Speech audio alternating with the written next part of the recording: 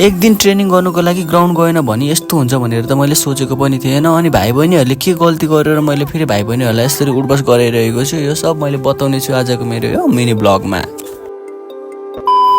All right guys, all right, I hope हजुरहरू सबैजना सन्चै हुनुहुन्छ होला। अनि म पनि एकदमै धेरै सन्चै छु। अनि फेरि पनि म ब्याक भइसकेको छु मेरो मिनी ब्लगमा। अनि आज चाहिँ म ग्राउन्ड जानलाई हल्का ढिलो भएछु, किन भन्दाखेरि चाहिँ म चाहिँ भुसुक्कै निदाइदिएको थिएँ। अनि दिउँसो एकैछिन यस्तो पल्टेको त ओछ्यानमा त भुसुक्कै निन्द्राले त मलाई त छुएछ। अनि निदाएर यस्तो उठ्छु त टाइम हेरेको त 4:30 भइसकेछ। ओहो 4:30 भइसकेछ, भाइ बहिनीहरू पनि ग्राउन्ड आइसक्यो होला। ला आज त ट्रेनिङ गर्नुलाई ढिलो हुने भयो भनेको त भाइ बहिनीहरू त आमा म आउनुभन्दा अगाडि नै जुत्ता सुत्ता लाएर ट्रेनिङ गरेर भ्याइसकिँदा मैले त भन्छ हो र हो भने त ल ठिक छ, केही भएन, आज तिमीहरूले गरे सधैँ म नै हुनुपर्छ भन्ने छैन, तिमीहरूले पनि अब बुझेर गर्नुपर्छ ट्रेनिङ भनेको त। के को ट्रेनिङ गर्नु नि, सबजना हावा बसिरहेको रहेछ, 2-3जनाले चाहिँ आएर दौडेको रहेछ, अनि हावा आएर बसेको रहेछ। अनि आज फेरि यो बहिनीको लागि चाहिँ मैले जर्सी ल्याइदिएको थिएँ। यो जर्सी चाहिँ हामीलाई पहिला नै हाम्रो एउटा गुरुङनी बहिनीले उपलब्ध गराइदिएको जर्सी हो। सो यो जर्सी चाहिँ मैले अनि एउटा बहिनीलाई दिएको थिएँ। त्यो बहिनी चाहिँ दाइ अब म खेल्दिनँ, घर परिवारले पनि साथ दिएन, सो त्यही भएर भन्थ्यो। अनि त्यसपछि बहिनीले आफै जुत्ता र जर्सीहरू ल्याइदिएको थियो। त्यो जुत्ता र जर्सी चाहिँ मैले त्यो बहिनीलाई दिएको हो।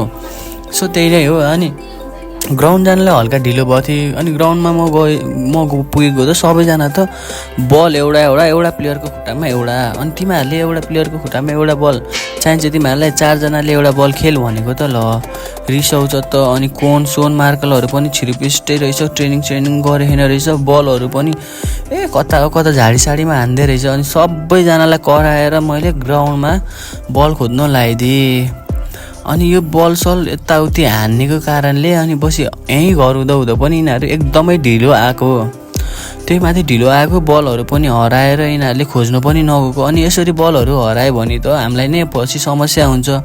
बल भएन भने के हुन्छ त्यो त तपाईँहरूलाई सबैले थाहा नै होला। बल भएन भने एउटा फुटबल प्लेयर फुटबल खेल्नु पाउँदैन। सो बलको महत्त्व त एकदम जरुरी हुन्छ फुटबल खेल्दाखेरि। सो त्यही भएर चाहिँ मैले भाइ बहिनीहरूलाई चाहिँ सम्झाएँ, बलहरू हराए पनि हामीहरू खोजिहाल्नुपर्छ। बल भनेको एकदम चाहिन्छ हामीलाई, अल नेसेसरी भन्ने कुरा भनेको हुन्छ। सामानहरू चाहिँ एकदम चाहिन्छ, सामानहरूको जतन गर्नुपर्छ। त्यही माथि बल भनेको हाम्रो इम्पोर्टेन्ट कुरा हो फुटबल ट्रेनिङको लागि भनेर भाइ बहिनीहरूलाई सम्झाएँ। त्यसपछि यिनीहरू ट्रेनिङ पनि गरेको थिएन। त्यसपछि मैले यिनीहरूलाई एकैछिन दौडाइदिएँ, म पनि एकैछिन दौडेँ। अनि स्ट्रेचिङ गरेँ। म पनि आज हल्का लेट भएको थिएँ। लेट भए पनि भाइ बहिनीहरूले पनि ट्रेनिङ कसैले पनि गरेको थिएन रहेछ। मैले त्यसपछि गएर ट्रेनिङहरू गर्थेँ, भाइ बहिनीहरूलाई पनि सम्झाउँदै ट्रेनिङ गराएँ। अबबाट चाहिँ तिमीहरू चाहिँ म नभए पनि तिमीहरूले चाहिँ अब रेगुलर ट्रेनिङ गर्नुपर्छ है। अब मेरो पनि इक्जाम आउनु लागिसक्यो। सो त्यही भएर तिमीहरूले चाहिँ अब आफै बुझेर ट्रेनिङ गर्नुपर्छ भनेर सम्झाएँ। अनि पछि मैले त्यो भाइ बहिनीहरूलाई उठबस गराएको कारणले मैले एकदमै आफूलाई गिल्टी फिल गरेर एकचोटि यिनीहरूसँग पनि माफी मागेँ। यिनीहरूलाई पनि अब तिमीहरूको मनमा लागेको छ भने मलाई भन्, तर तिमीहरू चाहिँ बलहरू हानेर बलहरू आफूलाई चाहिने कुराहरू हरायो भने चाहिँ हामीलाई पछि आफैलाई गाह्रो हुने हो। सो त्यही भएर चाहिँ मैले तिमीहरूको लागि त्यस्तो गर्दाखेरि तिमीहरूको चित्त दुख्यो भने पनि सरी भाइ बहिनीहरू। सो त्यही हो, तिमीहरू सबैजना ट्रेनिङ गर्नुपर्छ, म नै हुनुपर्छ भन्ने छैन। ट्रेनिङ गर्नुको लागि सबैजना आफ्नो लागि खेल्ने हो, मेरो लागि खेल्ने होइन। तिमीहरूले त्यो सबै बुझ्नुपर्छ भाइ बहिनीहरू। सो आजलाई चाहिँ त्यति नै ट्रेनिङ गराएर 5 मिनटको लागि ब्रेक गर्थेँ। त्यसपछि अनि हामी पनि एकैछिन वार्मअप टचअप गऱ्यौँ। अनि पछि एकैछिन खेलेपछि हाम्रो चाहिँ ट्रेनिङ सकेर सबैजना रेडी भएर घर जानुलाई रेडी भयौँ। अनि ल अब चाहिँ हामी घर जानु लागेको। टक्क घर जाने बाटो हेर्नु न, हाम्रो आमा गेट त छ, तर गेट चाहिँ हाम्रो 5:30 बजे नै बन्द भइसक्छ। त्यसपछि अनि हामी चाहिँ 6:30-7 बजीसम्म त्यो ग्राउन्डमै हुन्छौँ। सो त्यही भएर चाहिँ नि हाम्रो भाइ बहिनीहरूलाई अलिकति गाह्रो नै छ। यतापट्टि पनि एउटा गेट हाल्यो भने चाहिँ अलिकति सजिलो हुन्थ्यो भाइ बहिनीहरूको लागि। अनि यस्तरी जाली नागेर हाम्रो भाइ बहिनीहरू चाहिँ फुटबल खेल्नुको लागि आउँछ।